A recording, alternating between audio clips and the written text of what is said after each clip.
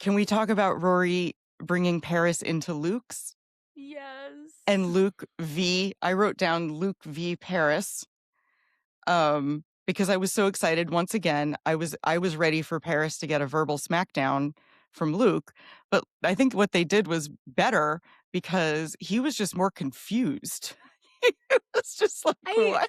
I loved Luke. He was such a warm, fuzzy person in this, and I think that Luke softens up around Rory. So Yes, of course.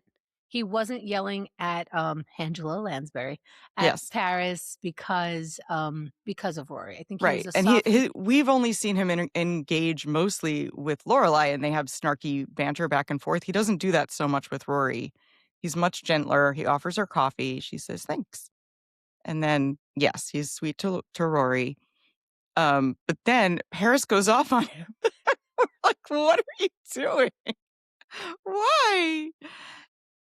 And he's more confused than angry. And then Jess is there Because she's talking about, Paris says it's common knowledge that diners are breeding grounds for prostitution and drug dealers. Normally, that would send Luke into a tizzy, and he would physically like throw a person or put him in a headlock or something. Right. And she's like, "Who's that?" And he's like, "Reverend Nichols." And she's like, "Is that like Dr. Feelgood?"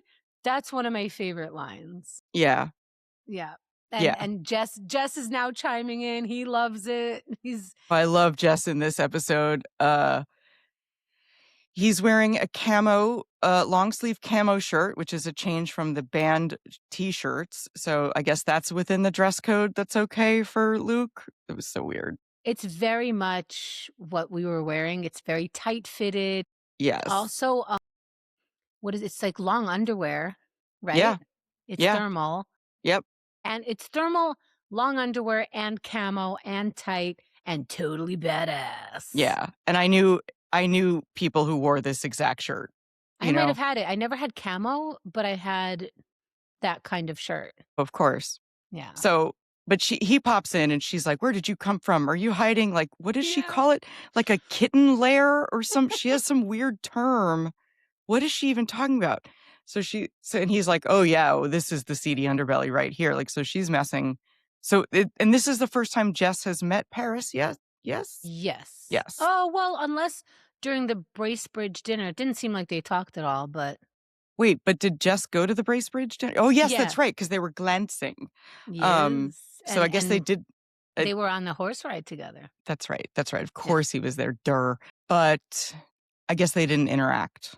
Paris and Jess. Doesn't seem like it. And nobody seemed to have none of the kids seemed to have sat together, interacted at all. None of them. No. Not even Lane and Rory.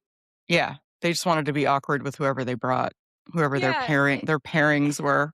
Mm-hmm. That was a weird episode. And there's been I really love it, but for as far as the kids were concerned, it's like, wouldn't you all like when all my cousins were over? Yes, you get like glue. You find the other people of your age at events like this, and you go find somewhere else to be. That's in the house or in the.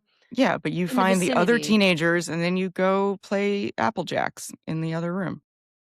I would have at some point. I had my cousins. Let's do a choreographed dance. I know I would be a TikTok kid because I was doing it without the video. Yeah, we absolutely made choreographed dances and we never had a show. Like we would just come up with dances and then just do them. And we're like, all right, where are we performing it? And they'd be like, what? What do you mean? Nothing. Sometimes at the end of dinner, we'd be like, well, we have this dance now. We would do it awkwardly. I'm sure they were like, oh my God, can we keep drinking now? Very nice. Okay. I mean,